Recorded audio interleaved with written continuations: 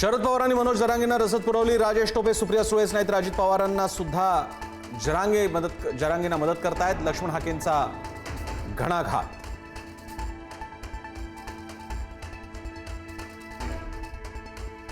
जी-आरमुळे OBC आरक्षणाचा चौथा मराठ्यांचं कुणबीकरण सर्वोच्च न्यायालयाला मान्य नाही. असे जी-आर काढण्याचा अधिकार सरकारला नाही. लक्ष्मण हाकेंचा हल्लाबोल.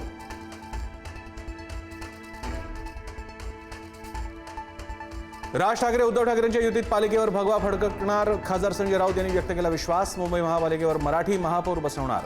संजय राऊतांचा दावा. मुंबईत भाजपचा महापौर व्हावा असा अमित शहांचा आदेश. मुंबईत अमराठी महापौर करण्याचे भाजपचे प्रयत्न. संजय राऊत यांची टीका. शहांच्या वक्तव्यावर शिंदे गप्प का? राऊतांचा सवाल.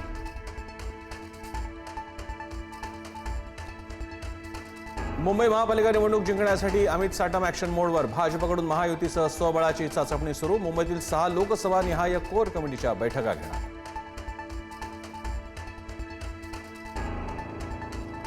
मुख्यमंत्र्यांना लिहिलेल्या पत्रावरील विरोधकांच्या टीकेनंतर मिलिंद देवरा यांची नवी पोस्ट. पत्र मुंबईत आंदोलन बंद करण्यासाठी नव्हे तर शिस्तबद्ध पद्धतीनं व्हावं यासाठी लिहिल्याचं स्पष्टीकरण.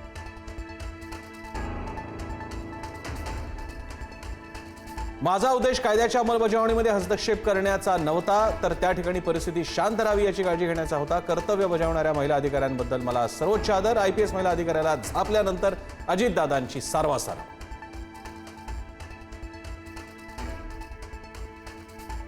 माढ्याच्या कुर्डू गावात मुरुम उपशाविरोधातील कारवाईत अडथळा आणणाऱ्या 15 ते 20 जणांवर गुन्हा दाखल. कारवाई थांबवण्यासाठी अजित पवारांनी महिला आयपीएस अधिकाऱ्याला फोन केल्यानं गाजलं होतं प्रकरण. बेशिस्त खपून न घेणाऱ्या अजित पवार पोलीस अधिकाऱ्याला दम देतात. नैतिकदृष्ट्या अजित पवारांना उपमुख्यमंत्री पदावर राहण्याचा अधिकार नाही. संजय राऊत यांची टीका.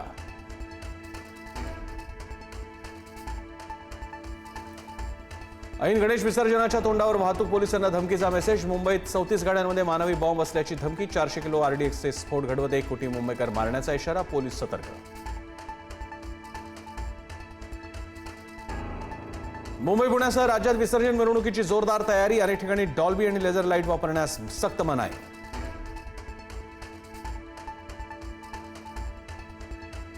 पुण्यातल्या विसर्जन मिरवणुका 2 दिवस चालणार. 8,000 पोलिसांचा कडेकोट बंदोबस्त. ड्रोन आणि सीसीटीव्हीद्वारे करडी नजर. शहरातील वाहतूक व्यवस्थेतही बदल. कोल्हापूर परिक्षेत्रातील 5 जिल्ह्यात 700 पेक्षा अधिक गणेश मंडळांकडून ध्वनी मर्यादेचं उल्लंघन. मंडळांवर खटले दाखल करणार. विशेष पोलीस महानिरीक्षकांची माहिती.